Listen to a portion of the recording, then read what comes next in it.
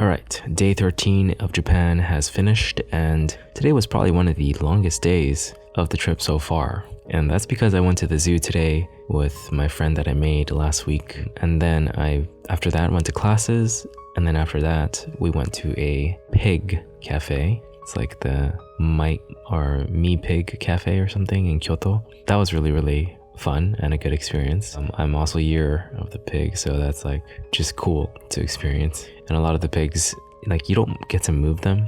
They kind of just go wherever they want. And a good amount of them went to me, so that was a fun experience. And my friend next to me, she didn't get any pigs going to her until the very end. So for the first maybe 70% of it, she was just like sad. But yeah, gladly, pigs eventually went to her. The workers definitely try to persuade the pigs to get closer, but it's like you can't force them. They kind of just do whatever they want. Of course, they're trained and everything, but super fun. Highly recommend it. Pig cafes. They're kind of expensive though. I think per person for 1 hour was like 3,300 yen. So for US dollars, that's maybe like $26 possibly. Anyways, that was one part of it, or that was the end. And then I basically just walked around with my friend and then went back. So definitely a super long day.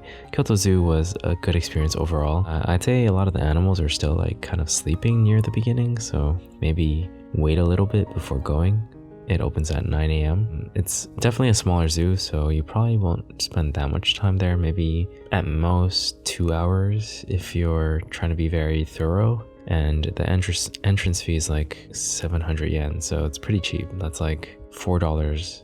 So yeah, definitely pretty cheap. But I suppose for me, this day was like a learning experience in that I'm realizing there's no way that I can make every day like this. So I have to find a balance between trying to do activities in the morning, going to school, and then hanging out with friends afterwards, or doing even more activities afterwards. There probably should only be one activity per day, and then Japanese practice. Like, I haven't been that studious with doing the homework and everything, so that's something I need to get better at.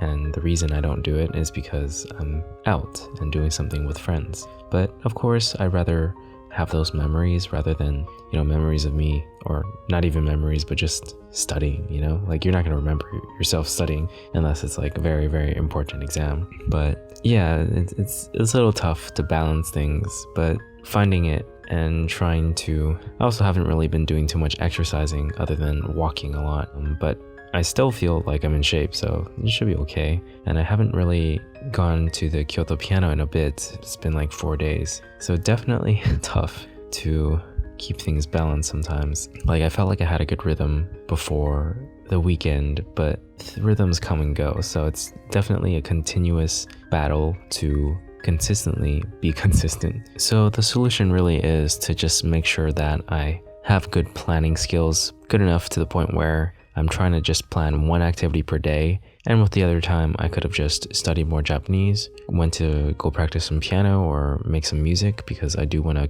start creating my next original, and also just trying to find the time for the things that I feel are important. So at least trying to find maybe a park somewhere near me to get some calisthenics exercises in, since I don't want to lose everything that I have. But let's see how that goes. There's just a lot to do. I am appreciative of my friend though that I recently made. Like, I basically hung out with her the entire day. And for me, it's been a long time since I feel like you get to spend time with a friend for the entire day. It's fun. Alright, that was just the review and reflection of day 13. Still going strong, just gotta find that balance.